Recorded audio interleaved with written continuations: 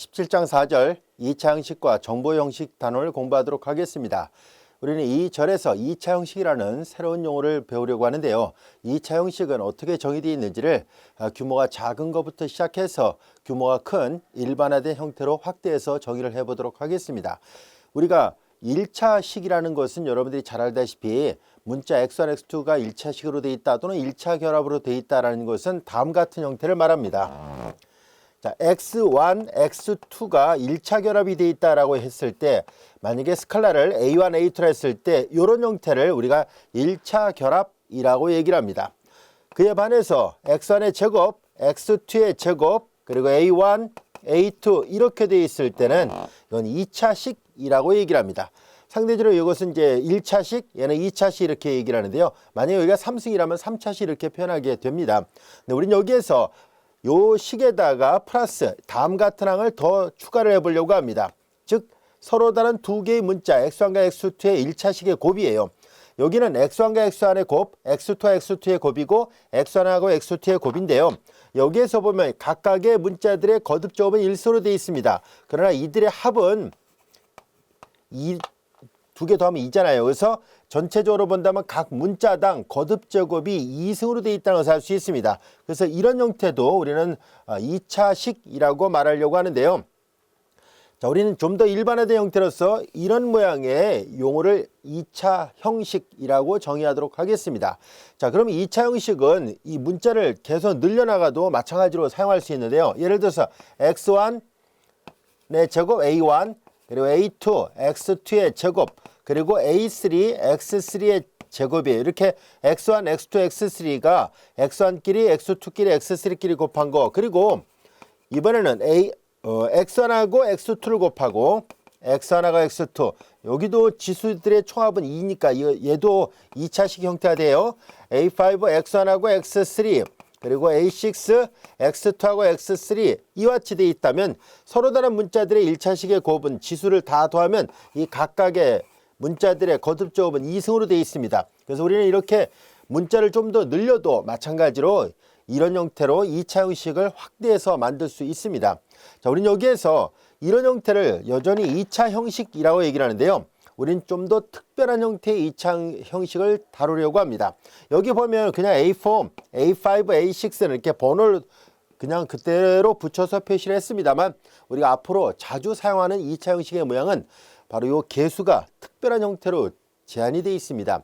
그런 형태를 우리가 이제 본격적으로 2차 형식이라고 정의하려고 합니다. 이것도 2차 형식이에요. 근데 우리는 앞으로 자주 다루고자 하는 형태의 모양은 이런 모양이 아니라 다음 같은 모양으로 되어 있습니다.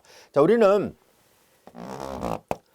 어떤 행렬이 하나 주어져 있다고 보겠습니다. x라는 벡터가 x1, x2 이렇게 열벡터로 되어 있다고 보겠습니다. 자, 그리고 어떤 행렬 a가 대칭 행렬로 되어 있는 n×n 매트릭스라 보겠습니다. 즉 대칭 행렬이니까 주 대각선을 중심으로 마주보는 게 같아야 돼요. a12면 여기도 a12입니다. 원래는 여기가 a21으로 되어 있어야 되는데 이게 a12면 a12, 자, 여기는 a22 이렇게 되어 있고요. 여기가 한 번 더 쓰면 a13하면 여기가 a13로 되어 있는 이런 모양으로 주어지는 행렬이 바로 대칭 행렬이죠. 자, 이제 이렇게 되어 있는 경우를 생각해 보려고 합니다.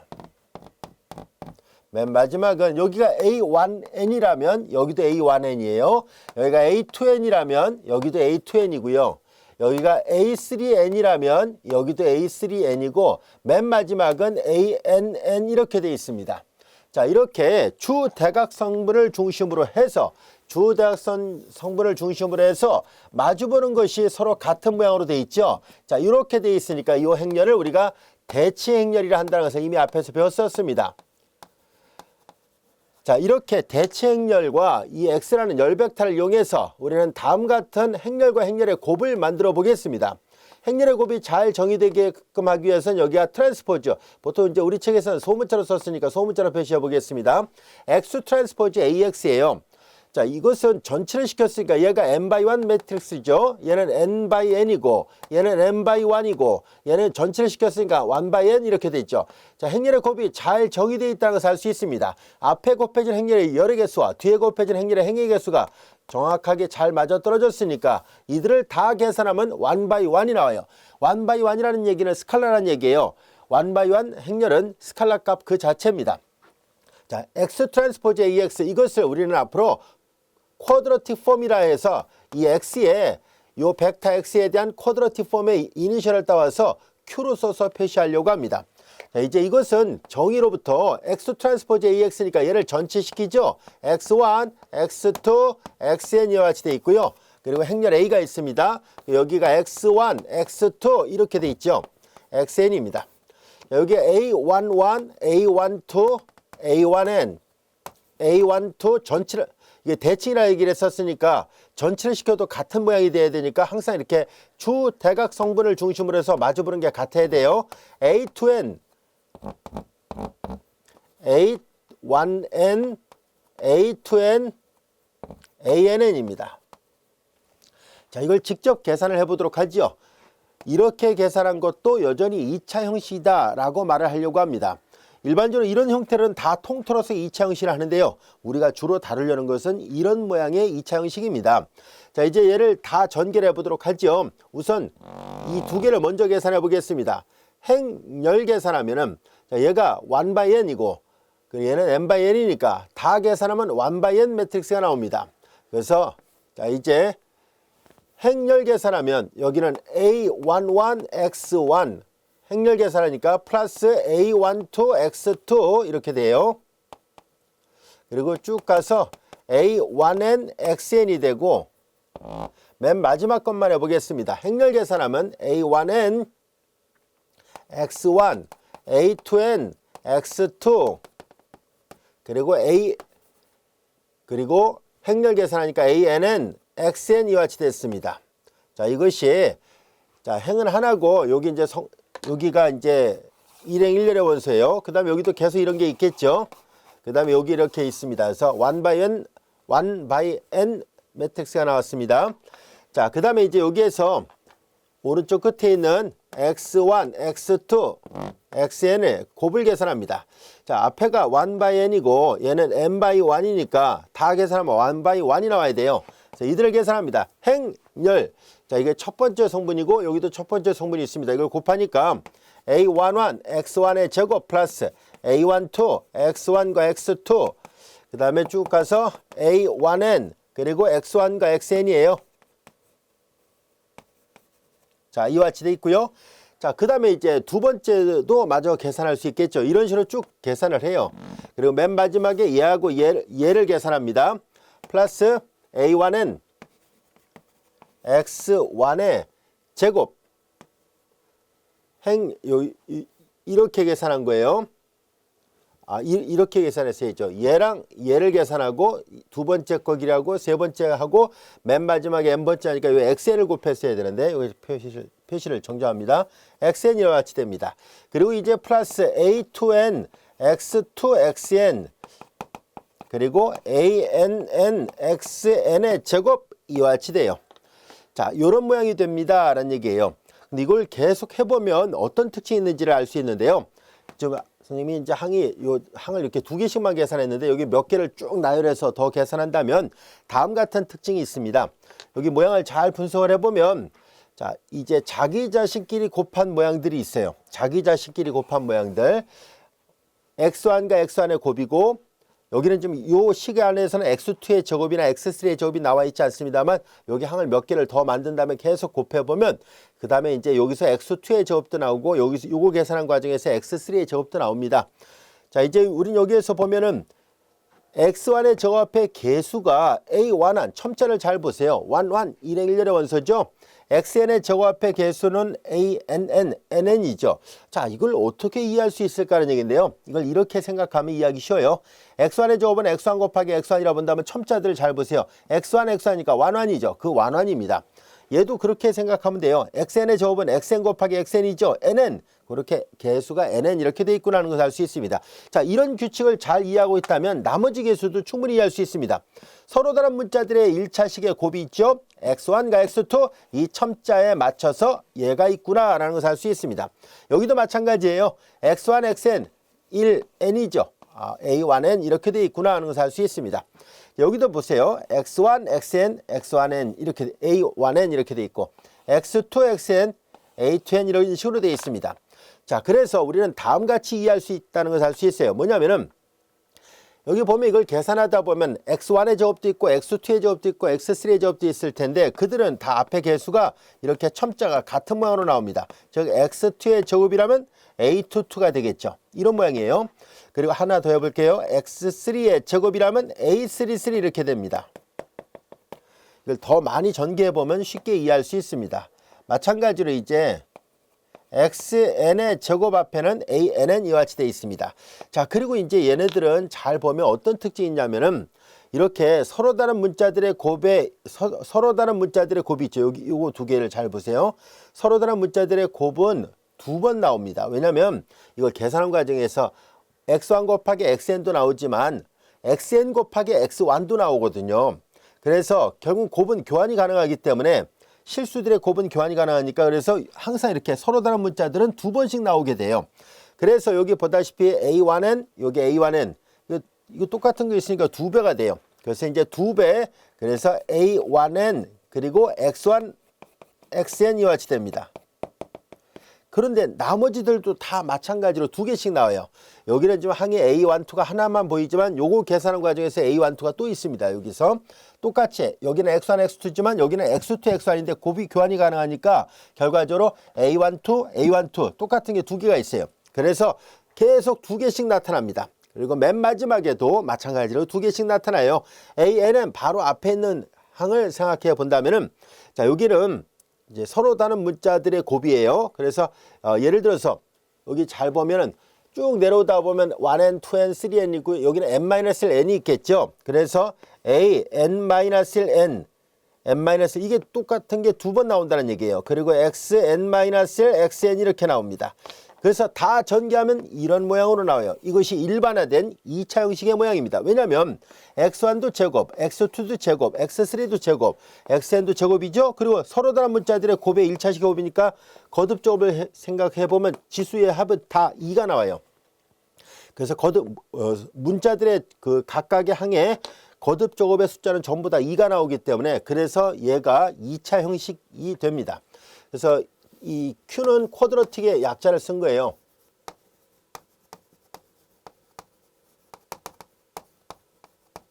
그래서 우리말로도 그냥 말 그대로 2차 형식이라고 번역해서 사용하고 있습니다.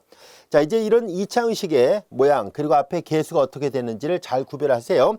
같은 문자들의 곱 앞에는 이렇게 이 첨자가 같다는 얘기는 곧 무슨 말일까요? 주대각 성분이에요. 대체 행렬의 이 주대각 성분과 같다는 것을 알 수 있습니다. 그리고 서로 다른 문자들의 곱 앞에 개수는 A와는 다 두 배로 되어 있습니다. 자, 그래서 여기 보면은 이거하고 이거를 더한 모양이 두 배가 되잖아요. 그래서 A12 두 배 이런 식으로 가요. 여기 A12부터 적었어야 되겠네요. 처음부터 쭉 나열하면 이렇게 1, 2, 1, 3, 1, 4 이런 쭉 가고 그 다음에 2, 1 그리고 2, 3 이런 식으로 가서 두 배씩 나옵니다.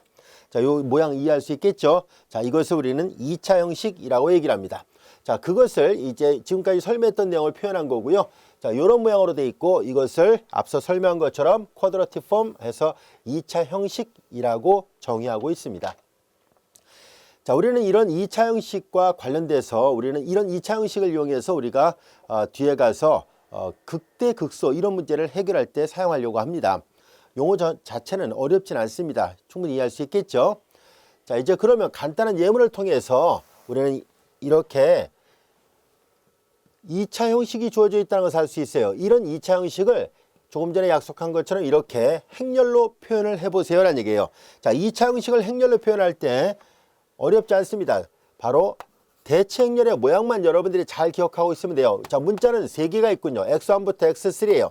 x1, x2, x3 이렇게 돼 있고 그 다음에 여기는 x1, x2, x3예요. 앞서 설명했었죠. 이 주대각 성분은 언제나 같은 문자들의 곱 앞에 개수들이에요. x1의 제곱 앞에는 a11, x2의 제곱 앞에는 a22 이런 식이에요. a11, a22, a33, ann 이런 식으로 돼 있으니까 우리는 x1의 제곱 앞에 개수가 10이라는 얘기는 여기가 10으로 돼 있다는 얘기예요. 그리고 x2의 제곱 앞에 개수 a22니까 여기에 있어요. 그게 9라는 얘기예요. 그다음 여기는 x3의 제곱은 없잖아요. x3의 제곱이 없다는 얘기는 그 항이 나타나지 않았다는 얘기니까 앞에 개수가 0이었다는 것을 말해주고 있습니다. 자, 그리고 이제 요걸 잘 볼까요? 자, x1과 x2의 곱 앞에 개수는 4인데요. 여기도 설명한 것처럼 항상 2배로 돼 있어요. 여기는 a1, 2잖아요. 그러니까 결과적으로 이 앞에 개수의 반을 여기다도 쓰고 나머지 반은 여기다 쓴다는 것을 알 수 있어요. 즉 2행 2열의 원소, 자, 1, 2는 2행 2열의 원소란 얘기예요. 1, 2, 2행 2열의 원소인데 이 숫자를 그냥 쓰는 것이 아니라 이 숫자를 2로 나눠서 하나는 여기다 쓰고 하나는 여기다 썼어야 돼요. 잘 보세요. 여기 1, 2, 1, 2인데 여기는 더해버리면 2배 A1, 2잖아요. x1과 x2 앞에 개수의 반을 1행 2열과 2행 1열에다 나눠서 쓴다는 얘기예요. 그래서 항상 값이 똑같아요. 자, 그 다음에 같은 방법으로 1, 3잖아요. 1, 3는 1행 3열의 원소란 얘기예요. 여기 1, 3, 여기 1, 3를 써야 돼요. 보다시피 여기 1, 3면 여기 마주보는데도 1, 3잖아요. 이 앞에 개수는 2배 1, 3가 돼야 돼요. 얘는 2배 A1, 3 이렇게 돼 있어야 돼요. 그러니까 1행 3열의 개수는 이거에 반을 써야 된다는 얘기예요. 여기에 3. 왜냐면 3 곱하기가 돼 6이 되잖아요. 여기도 3을 써야 됩니다 하는 얘기예요. 같은 방법으로 이제 얘도 충분히 이해할 수 있겠죠. 2행 3열 앞에 개수는 이 숫자의 반이에요. 그래서 행렬을 이용해서 표현하면 이렇게 됩니다 라는 얘기예요. 마찬가지로 이 행렬을 보고 다 전개하면 이런 모양이다라는 것을 여러분들이 조금 전에 선생님이 설명하기 위해서 다 나열했지만 이제 어떻게 해서 모양이 나오는지를 알게 됐으니까 이 모양을 보고 바로 이걸 계산할 수 있어야만 합니다. 자유자재로 계산할 수 있도록 연습을 하세요. 자, 그러면 예제 3번을 통해서 행렬로 주어진 것을 2차 형식으로 바꿔서 한번 표현해 보도록 할까요? 자, 이제 예제 3번의 문제를 보겠습니다. 자, 이 2차 형식 쿼드라틱 폼을 자, 이렇게 되어 있는 걸 보고서 우리는 덧셈의 형태로 나타나는 얘기는 이런 식으로 표현하라는 얘기예요. 자, 문자는 x1, x2, x3가 아니라 xyz로 되어 있으니까 자, 이제 x의 제곱 앞에 개수는 3, 1, 2잖아요. 3, 1, 2 이렇게 쓰라는 얘기예요. x제곱 앞에 개수 3, y제곱 앞에 개수 1, z제곱 앞에 개수 2예요. 자, 그리고 여기 보면 얘는 원래 1행 2열의 원소잖아요. 그러니까 x1하고 x2가 나오지 않네요. 왜냐하면 그 앞에 개수가 0이었으니까 x1, x2, 즉 여기서 말하면 xy가 되죠. 이게 첫 번째, 두 번째, 세 번째 변수니까 여기가 a1, 2잖아요. 첫 번째 변수와 두 번째 변수의 곱 xy의 모양은 나오지 않는다는 것을 알 수 있고요. 그 다음에 여기는 원래 1행 3열의 원소잖아요. 1행 3열이니까 x하고 z의 곱, xz 앞에 곱은 이 4니까 여기가 8로 되어 있어야 돼요. 2배로 되어 있습니다. 요 숫자에 2배로 되어 있어요. 항상. 자, 그리고 여기 보면은 여기는 원래 위치가 2행 3열이잖아요. 그러니까 두 번째 변수와 세 번째 변수니까 y하고 z의 곱이에요. y하고 z의 곱 앞에 요 개수에 2배가 돼야 돼요. 그래서 16 이와 같이 됩니다. 그래서 이 위에 주어졌던 2차 형식을 덧셈의 형태로 표시하면 이런 모양입니다라는 얘기예요. 3x의 제곱 더하기 y의 제곱 더하기 2z의 제곱 그리고 8xz 그리고 16 그리고 yz 이렇게 되어 있습니다. 이 모양을 보고 바로 이렇게 쓰는 거 자유자재로 바꿀 수 있어야만 합니다. 자, 이제 이어서 예제 4번을 볼까요? 자, 조금 전에 선생님이 여기다 표시했던 것처럼 이런 규칙을 만족하지 않았음에도 불구하고서 x1의 제곱, x2의 제곱, x1과 x2의 1차식의 곱 이런 형태를 통틀어서 다 2차 형식이다 라고 얘기를 했었잖아요. 자, 그 이유를 지금 알아보려고 합니다. 자, 예제 4번을 볼까요? 이 예제 4번에서 나타나는 행렬 B는 조금 전에 다뤘던 이 행렬 A처럼 대체 행렬이 아닙니다. 그냥 임의의 어떤 행렬이에요. 자, 이때 이 임의 행렬을 이용해서 이렇게 조금 전에 했던 것처럼 X 트랜스포즈 여기는 A가 대칭이었지만 그냥 대칭이 아닌 임의 행렬 B에 대해서 X 트랜스포즈 BX의 형태도 여전히 2차 형식이 돼요 라는 얘기예요. 그리고 결국은 그 X 트랜스포즈 BX도 잘 계산해 보면은 대체 행렬 A를 이용하여 다시 표현할 수 있어요 라는 얘기예요. 이걸 증명을 해보자 라는 얘기입니다. 그래서 이 예문을 통해서 우리는 앞으로 그러면 임의 행렬 B 대신에 다루기 좋은 대체 행렬을 이용해서 바꿔서 계산해도 되겠구나 라는 것을 알 수 있습니다. 자, 실제로 한번 해보도록 할게요. 자, 우리는 대체 행렬을 이용해서 계산해 보도록 하겠습니다. 자, X 트랜스포즈 AX를 계산합니다. 여기서 A는 대체 행렬을 말합니다. 자, 이제 A는 대체 행렬인데 우리는 다음같이 표현을 해보려고 합니다. 모든 정사각행렬에 대해서 자기 자신과 자기 자신의 전체를 더해서 둘로 나누면 이 행렬은 항상 대체 행렬이 된다는 것을 이미 앞에서도 증명했었습니다. 반대체 행렬을 만들고자 한다면 B-B 트랜스포즈를 2로 나누면 그것은 반대체 행렬이 되죠. 자, 우리는 B가 임의 정사각행렬로 주어졌을 때 이 모양을 만들면은 얘가 반드시 대체 행렬이 됩니다. 왜냐하면 여러분들이 A의 트랜스포즈를 계산해 볼까요? A의 트랜스포즈를 계산한 것이 자기 자신이 된다는 것을 이미 앞에서 증명했었습니다. 자, 복수 삼아 다시 한번 볼게요. 자, 합에 관한 트랜스포즈는 각각의 트랜스포즈 합과 같습니다. 전체는 자기 자신이고요. 그리고 행렬 앞에 스칼라는 전체를 시킬 때 변하지 않습니다. 그리고 이 덧셈은 교환이 가능하니까 B 트랜스포즈 B는 B 더하기 B 트랜스포즈와 같습니다. 그래서 이건 결과적으로 A와 같아요. 즉 A 트랜스포즈가 A가 됐으니까 결과적으로 이 행렬은 분명히 대체 행렬이 맞다는 것을 다시 한번 확인할 수 있었습니다. 자, 이제 임의 행렬 B가 주어졌을 때 그 행렬을 이용해서 이렇게 만들면 언제나 대체 행렬을 만들 수 있다는 것을 알게 됐어요. 자, 그래서 이걸 바꿔 집어넣어 보겠습니다. B 더하기 B 트랜스포즈 X가 됐어요. 자, 이제 요거 다시 한번 써볼게요. 자, 2분의 1 X 트랜스포즈 BX 그리고 2분의 1 전개를 한 거예요. X 트랜스포즈 B 트랜스포즈 X가 됐어요. 그리고 2분의 1 X 트랜스포즈 BX. 자, 그 다음에 이제 요걸 잘 볼까요? 우리는 X 트랜스포즈 BX에다가 전체 트랜스포즈를 해볼 거예요. 자, 이제 고백하는 트랜스포즈는 뒤집어져서 따로따로 트랜스포즈 되죠? 자, 이제 이게 뒤집어지니까 이 X 쪽에 트랜스포즈 붙이고 B에 트랜스포즈 시키고 전체는 자기 자신이 되죠. 그러니까 얘랑 같은 말이에요. 근데 앞서 설명했었죠. 바로 이 X 트랜스포즈 AX는 1x1 매트릭스가 돼서 이렇게 스칼라가 돼요. 전부 다 문자들의 2차식으로 표시가 되는 것들이 결합이니까 이거 전부 다 스칼라 형태가 돼요. 여기다 값만 집어넣으면 전부 다 스칼라가 되거든요. 자, 그래서 얘네들은 1x1, 즉 하나의 실수값이에요. 실수는 전체 시켜도 자기 자신이잖아요. 그래서 실수 X는요, 아무리 트랜스포즈 시켜도 X 자신이에요. 자, 그래서 얘는 다시 쓰면 이렇게 쓸 수 있네요. 요거는 전체를 시켜도 자기 자신이니까 X 트랜스포즈 BX가 돼요. X 트랜스포즈 BX의 앞에 2분의 2분의니까 더해서 그냥 1. 그래서 X 트랜스포즈 BX가 됩니다. 잘 보세요. 문제에서 요구했던 자, 이제 B가 임의 행렬이었었는데 거꾸로 쭉 올라가 볼까요? 이렇게 대체 행렬로 바꿔서 쿼드라틱 폼을 만들 수 있구나 라는 것을 알게 됐습니다. 결국은 이거나 이제 같아졌다는 것을 알 수 있어요. 아시겠죠?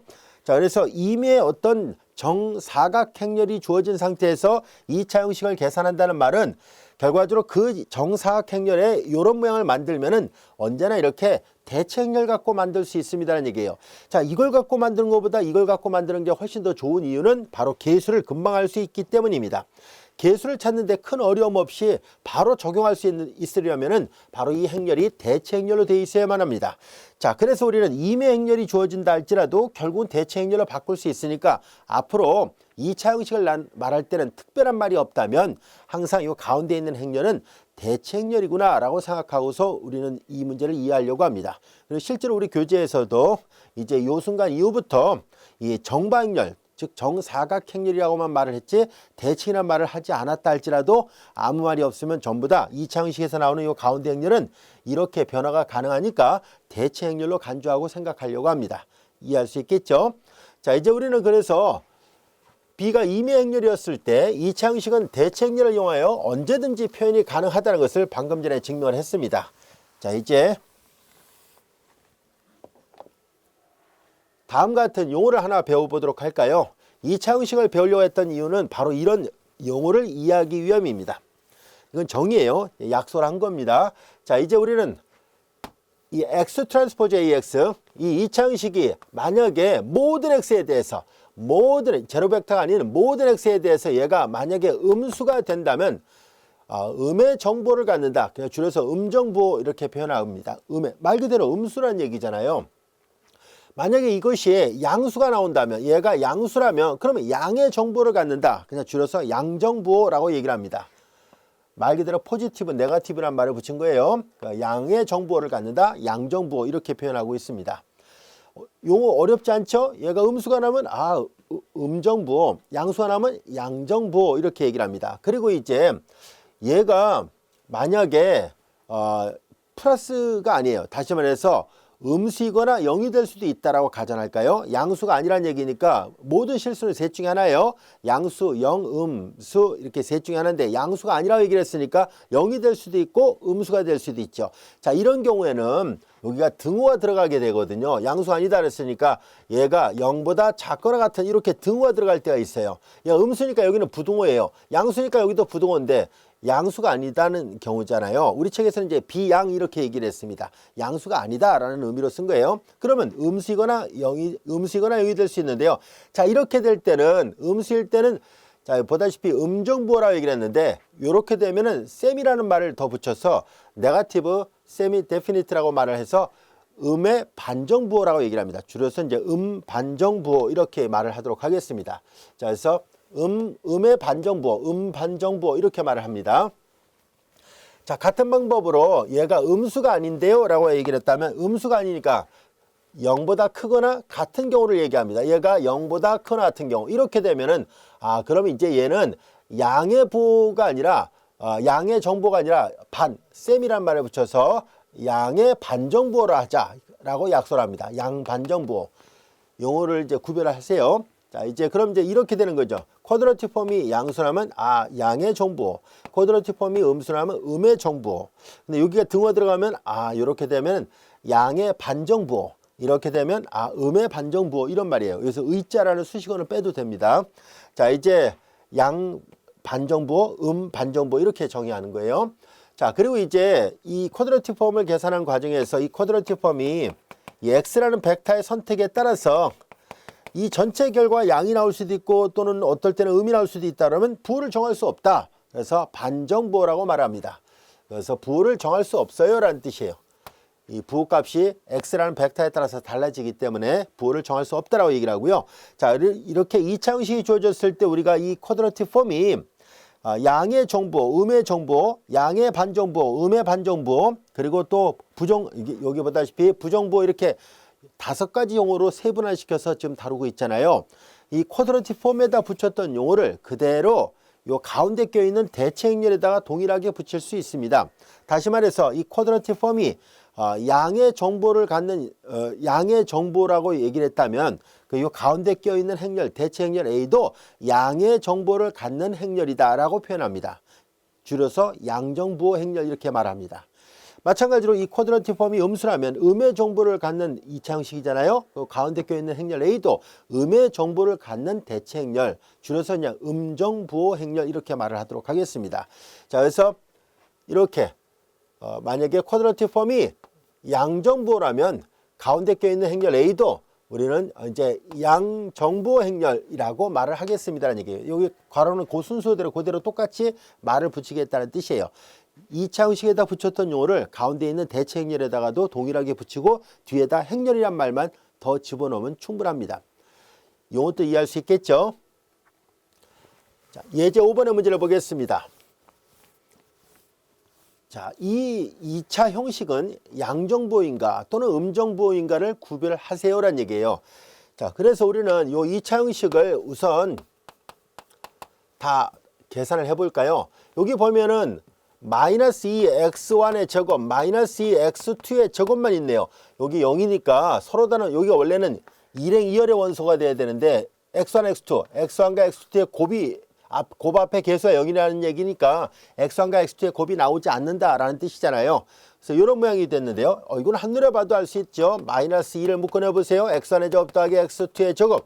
자, 우리가 다루고자 하는 요 n×1 매트릭스는요. 요 행렬은 제로 벡터는 아니에요. 어느 한두 개가 0이 되는 경우는 있을 수 있을지라도 모두가 0은 아니에요. 그러니까 이거 제로 벡터가 아닙니다. 우리가 다루는 것은 둘 중에 하나가 0이 될 수는 있을지 몰라도 모두는 0이 아니에요.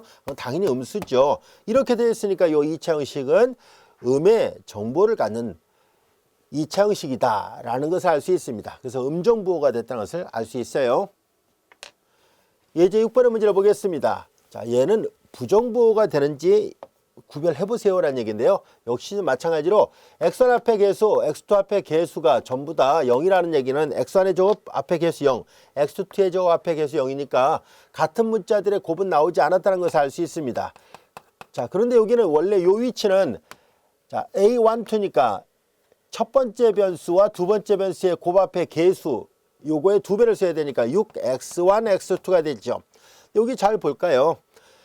자, 얘가 양이고 얘가 양이면 양수가 됐죠. 그러나 얘가 음이고 얘가 음이면 그때도 양수가 되고, 그러나 이제 부가 서로 같으면은 양수지만 부가 서로 반대라면 음수가 돼요. 따라서 x1과 x2라는 이 벡터의 선택에 따라서 얘가 양이 나올 수도 있지만 음이 나올 수도 있어요. 이거 부를 결정할 수 없다는 것을 알 수 있어요. 부를 정할 수 없어요 라는 얘기예요. 그래서 부를 정할 수가 없다는 얘기예요. 부호를 정할 수 없어요 라는 의미로 부정부호란 말을 붙인 거예요. 그래서 부정부호가 맞다는 것을 알 수 있었습니다. 이 벡터의 선택에 따라서 부호가 달라졌기 때문입니다.